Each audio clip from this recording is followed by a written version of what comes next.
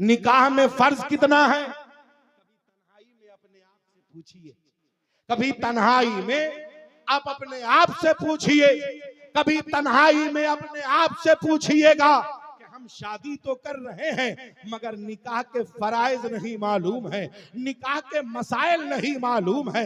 हमारे घर में बच्चे तो पैदा हो गए मगर बच्चों की पैदाइश के बाद उनकी जिंदगी के गुजारने के मसाइल नहीं मालूम है। और हम कहते हैं मुसलमान परेशान है, मुसलमान मजबूर है, मुसलमान घाटे में है। नहीं नहीं, जो नाम का मुसलमान है वो परेशान है।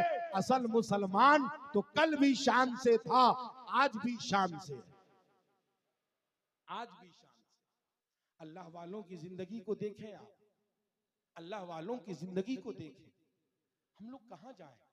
पहले मदरसे से पढ़कर, मदरसे से इल्म हासिल जब लोग कर लेते थे, इल्म से मुज़य्यन हो जाते थे, तब वो खानकाह में आते थे। कहां आते थे? खानकाह में। पीर साहब उनकी तरबियत करते थे। तरबियत कैसी होती थी? जो इल्म हासिल करके उनके ऊपर जो इल्म का बुखार सवार हुआ है, उनके ऊपर जो इल्म का जलाल आया है, वो सबको अल्लाह वाले चुन चुन कर उतार दिया करते थे।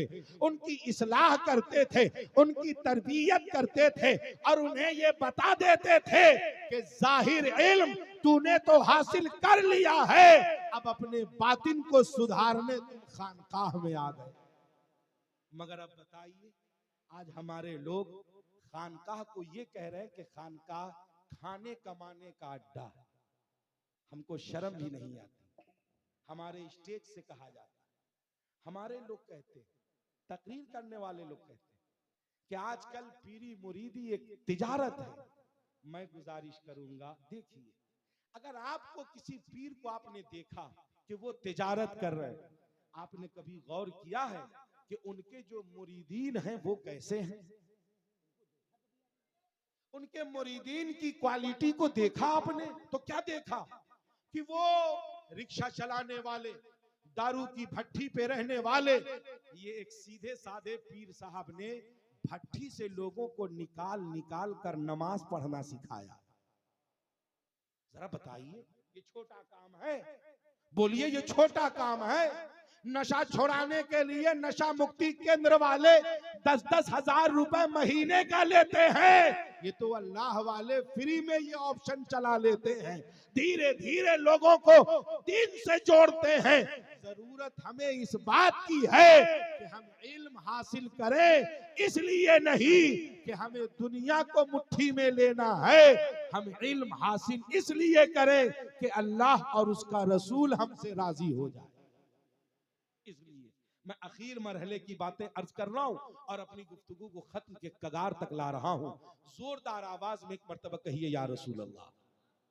आज आप एक अहद करें कि अगर हम नमाज के मुकम्मल मसाइल नहीं जानते तो हम इमाम साहब से गुजारिश करेंगे कि आप 100 घंटे का एक क्लास चलाइए, एक क्लास चलाइए बड़ों के लिए कि हमारे सिर्फ बड़े इसमें सीखेंगे।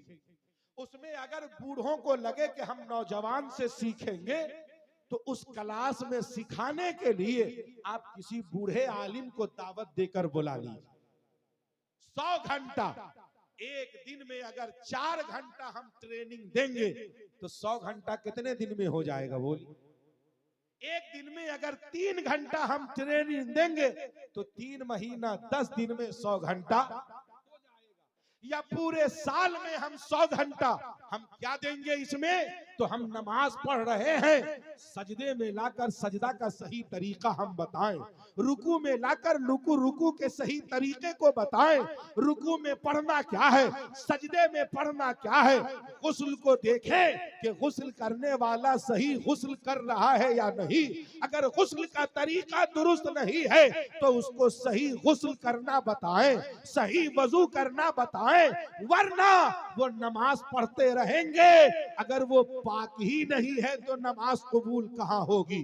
अगर वजू ही नहीं है तो नमाज कबूल कहां होगी? जरूरत इस बात की है हमारे रहनुमाओं को कि हम अपने आसपास के लोगों की तरबियत करें, हम नमाज के मसाइल को समझें, रोजा और हज के मसाइल को समझें। अभी हज का जमाना चल रहा है, आप देखते हैं ना, तरबियती कैंप लगाया जाता है, लोगों को सिखाया जाता है, खाने काबा का नक्शा बनाया जाता है और कहा जाता है ऐसा नक्शा होगा, ऐसी वहां इमारत होगी, यहाँ से आप तवाफ शुरू करेंगे, यहाँ पे खत्म करेंगे, एक एक करके उनको सिखाया जाता है।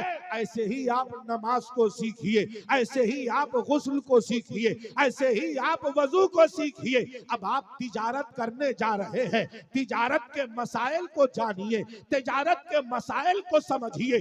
अगर आप सियासत करने जा रहे हैं तो सियासत के मसाइल को समझिए। सियासत के पेशे नजर मैं एक बात अर्ज करूं और उसके बाद मैं अपनी गुफ्तगू को खत्म करता हूं। अगर आप निकाह करने जा रहे हैं तो निकाह के मसाइल को समझिए। मेरी ये एक बात, इसमें निकाह के हवाले से भी कुछ झलक मिल जाएगी और सियासत के भी हवाले से कुछ झलक आप महसूस करेंगे। बस इसी को सुने और उसके बाद मैं अपनी गुफ्तगू को खत्म करूं। जोरदार आवाज में कहिए या रसूल अल्लाह, और जोर से कहें या रसूल अल्लाह। जहन को हाजिर करें। आप देखें सियासत, हजरत उमर फारूक रदी अल्लाह ताला अन्हु अमीरुल मोमिनीन, आपने उनका नाम सुना है? जरा जोर से बोलिए, सुना है? यमन का एक यहूदी आया मदीने में, क्या देखने पता है? वो ये देखने आया था कि मुस्तफा जाने रहमत के प्यारे आशिक अमीरुल मोमिनीन हजरत उमर फारूक की सल्तनत, जब इतनी बड़ी सल्तनत है तो उनका महल भी बहुत शानदार होगा, वो महल भी बहुत शानदार रखते होंगे। जब वो मदीने में पहुंचा तो उसने पूछा कि हजरत उमर का महल किधर है? तो लोगों ने कहा कौन सा महल? कहा जहां से वो हुकूमती उमूर को संभालते हैं। कहा उनका कोई महल नहीं है, उनका जो घर है बस वो घर है। कहा वो सब कुछ करते कहां से? कहा जो करते हैं वो मस्जिद नबवी के मिंबर से करते। ऑफिस का ऑफिस, वो पूरे मदीने में घूमते रहते हैं, जिसको जहां जरूरत हो उसकी जरूरत पूरी करते। वो कहां मिलेंगे? तो मदीने में किसी ने कहा जन्नतुल बकी शरीफ की तरफ चले जाइएगा, हो न हो खजूर के छांव में वो सोए हुए मिल जाए। आराम भी करते दिनों में, तो वही आसान सा एड्रेस कि कोई आ जाए, घर में नहीं कि कोई आने में गुरेज ना करे। ये यहूदी पहुंचा तो देखा खजूर के साए में यूं ही साफ सुथरी जमीन पर बगैर बिस्तर के हजरत उमर अपने हाथ पे सर रख के किबला की जानिब चेहरे को करके लेटे हुए। देख के वो हैरत में हजरत उमर की आंख खुली।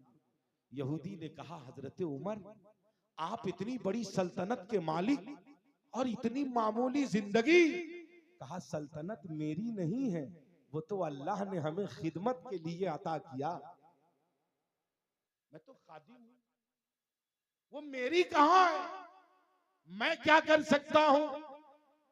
मैं क्या करूं? कहा हजरत आप कोई इमारत आपकी, कोई महल आपका? कहा कुछ नहीं, मुस्तफा जाने रहमत सल्लल्लाहु अलैहि वसल्लम के दीन पाक का मैं खादिम हूं।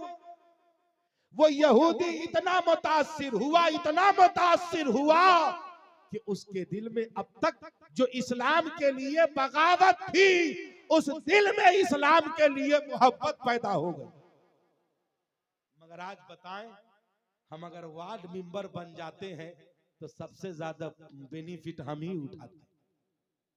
जरा बताइए, हजरत उमर का एक दस्तूर था, एक उनका शेड्यूल था कि रात में वो सोते थे, बाद में पहले मदीने का वो चक्कर लगाते। कौन किस हाल में सोया, कौन किस हाल में है, हर घर का चक्कर लगाते थे। जब मदीना का चक्कर लगाने आप जा रहे थे, रात की तन्हाई थी, आपके साथ आपका खादिम था जिसका नाम अबू असलम था, वो साथ था। हजरत उमर निकल पड़े। जब मदीने के गलियों से गुजर रहे हैं तो एक घर से आवाज आ रही है, एक औरत कह रही है दूध में पानी मिला दो ताकि दूध में ज्यादती होगी तो पैसे ज्यादा आएंगे, गुर्बत दूर होगी। तो उधर से बच्ची कह रही है खबरदार दूध में पानी मत मिलाना, हजरत उमर ने मना किया। देखिए नकीब अहले सुन्नत हजरत सनाउल्लाह साहब, ठीक हजरत मोहतरम, ये जब यहाँ आए तो ये कंफर्म हो गया और उससे पहले इनके आने से पहले हमने कंफर्म कर दिया था कि ये आखिरी बात है। जोरदार आवाज में एक मर्तबा कहे या रसूल अल्लाह, और जोर से कहे या रसूल अल्लाह। हजरत उमर के यहाँ पहुंचे, हजरत उमर सुन रहे हैं इन बातों को कि एक औरत कह रही दूध में पानी मिलाओ, उधर से एक लड़की कह रही नहीं। हजरत उमर ने मना किया। क्यों? हजरत उमर ने मना किया था कि अब कोई दूध में पानी न मिलाए, तिजारत सही हो, जितना दूध हो उतना ही बेचो, किसी तरह से कोई मिलावट न करो।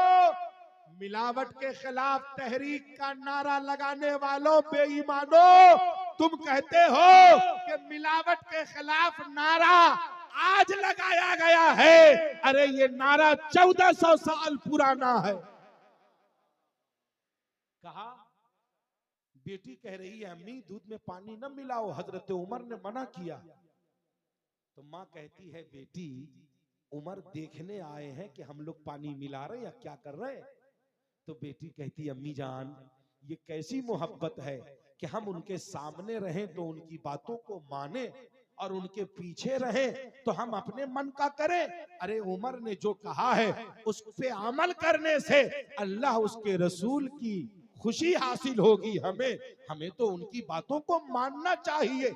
मोहब्बत का तकाजा ये है कि हम उनके सामने भी उनकी बात माने और उनके पीछे भी हम उनकी बातों पे अमल करें।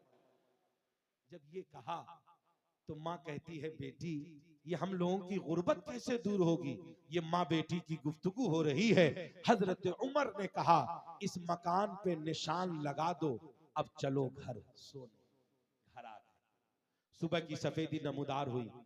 फज्र के बाद हजरत उमर फारूक ने अबू असलम को बुलाया, कहा इधर आइए, जाइए उस घर के पास और उसके आस पड़ोस से ये पता लगाइए, उसके घर की कैफियत मालूम कीजिए, उसके घर के माशी मामलात के बारे में रिपोर्ट लाइए, वहां के हालात कैसे हैं हमको पूरी बात बताइए। इधर अबू असलम को रवाना कर दिया। अबू असलम गए वहां, हालात का जायजा लेकर आस पड़ोस के लोगों से पूछ कर हजरत अबू असलम पलटे। हजरत उमर फारूक बैठे हैं। हजरत उमर फारूक के पास आकर अबू असलम ने कहा या रसूल अल्लाह सल्लल्लाहु अलैहि वसल्लम के प्यारे आशिक हजरत उमर, कहा बताओ क्या है। कहा हजरत उमर मैंने जायजा लिया है, हमने पता किया है तो हमें मालूम ये हुआ है कि वो जो एक घर है वो बहुत शरीफ घराना है। बहुत पहले उस घर के मर्द का इंतकाल हो चुका है। उस घर में एक बेवा है और उस बेवा की एक बेटी है जो बहुत ज्यादा उम्र दराज है। गुर्बत की वजह से उस बच्ची की शादी नहीं हो पा रही है। इतना कहना था, हजरत उमर के आंख से आंसू के कतरात निकल पड़े। अबू असलम के आंख में आंसू। हजरत उमर ने पूछा असलम और बताओ क्या है। कहा वो गुर्बत की वजह से उसकी बच्ची की शादी न हो पा रही है, मगर वो बड़े ईमानदार हैं, बड़े दयानतदार हैं, वो बड़े परहेजगार लोग हैं, मगर गुर्बत के मारे हुए हैं। हजरत उमर फारूक ने कहा जाओ मेरे बच्चों को बुला कर लाओ। अबू असलम गए, हजरत उमर के तमाम शहजादों को बुला कर लाए। नजर के सामने हजरत उमर के बेटे बैठ गए। हजरत उमर फारूक ने अपने शहजादों से कहा, ओ मेरे शहजादों, आप में से किसी को निकाह करना है? तो एक बेटा खड़ा होता है और कहता है, बाबा जान, अगर आपको कोई लड़की पसंद है तो आपका ये शहजादा निकाह के लिए तैयार है। हजरत उमर के आंख में आंसू के कतरात और बहने लगे। रब का शुक्र अदा किया, अबू असलम को करीब बुलाया और अबू असलम, चले जाओ उस बेवा के घर जाओ और बेवा के घर जाकर उस बेवा से कहना कि उमर ने आपको सलाम कहा है। जब वो सलाम का जवाब दे तो फिर बेवा से कहना कि अगर उसे पसंद हो, अगर वो चाहे, अगर उसे पसंद हो तो उमर उसकी बेटी से अपने बेटे का निकाह करना चाहता है। मुसलमानों जरा गौर करो, आज 5-5 लाख रुपए लेकर लड़के वाले इतराते हैं कि आप 5 लाख दे रहे हैं, फला आदमी 8 लाख दे रहा था। क्या तेरी मिल्कियत हजरत उमर से ज्यादा है? क्या तेरे बेटे का मकाम मर्तबा हजरत उमर के बेटे से ज्यादा है? हजरत उमर फारूक के बेटे तैयार हैं। अबू असलम गए, कहां गए? बेवा के घर पहुंचे, दरवाजे पे दस्तक दी, अंदर से आवाज आई, कौन? कहा, उमर का कासिद हूं। माँ बेटी दोनों घबरा गई, इसलिए घबराई कि कहीं रात की बात हजरत उमर को मालूम तो न हो गई। हम लोग तो दूध में पानी मिलाए नहीं, मगर मिलाने वाली बात अगर उन तक पहुंच गई होगी तो कहीं हम लोग सजा के हकदार न हो जाएं। दरवाजा जैसे ही खुला, दोनों के चेहरे उतरे हुए थे। अबू असलम ने पूछा, आप दोनों के पास मैं आया हूं, हजरत उमर ने आपको सलाम कहा है। सलाम सुनकर खुशी के चेहरे पे खुशी के आसार झलकने लगे। जब सलाम का जवाब दिया तो पूछा, माँ ने कि किस लिए भेजा है, जरा बताइए, किस लिए भेजा है, जरा समझाइए। अब कहा हजरत उमर के कासिद ने कि हजरत उमर ने भेजा है कि जाइए और उस बेवा से कहिए कि अगर वो चाहे तो उनके बेटे से, उनकी बेटी से अपने बेटे का निकाह हजरत उमर करना चाहते। जब इतना कहा, माँ बेटी दोनों गले लगकर रोने लगी। बेटी कहती है, अम्मी जान याद करो, तू कहती थी कि उमर हम लोगों की बात को सुन रहे हैं, तू परेशान थी कि तेरी बेटी कहां जाएगी। सुन ले, तेरी बेटी हजरत उमर के आंगन में जा रही है। अबू असलम ने कहा, रोती क्यों हो? तुम दूसरे आंगन में जाओ, ये तेरे मुकद्दर में नहीं था। तुझे तो हजरत उमर के आंगन में जाना था, तो किसी दूसरे के आंगन कैसे चली जाती?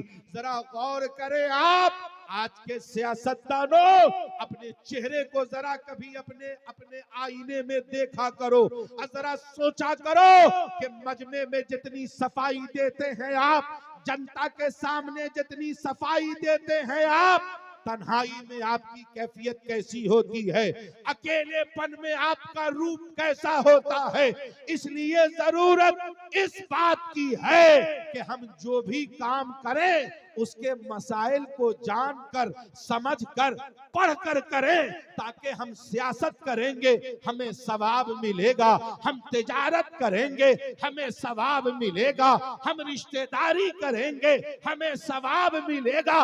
हम जब मसाइल शरइया को जानकर ये काम करेंगे तो हम सवाब के हकदार हो जाएंगे। और अगर बगैर जाने बूझे करेंगे तो जो न करना चाहिए वो करेंगे।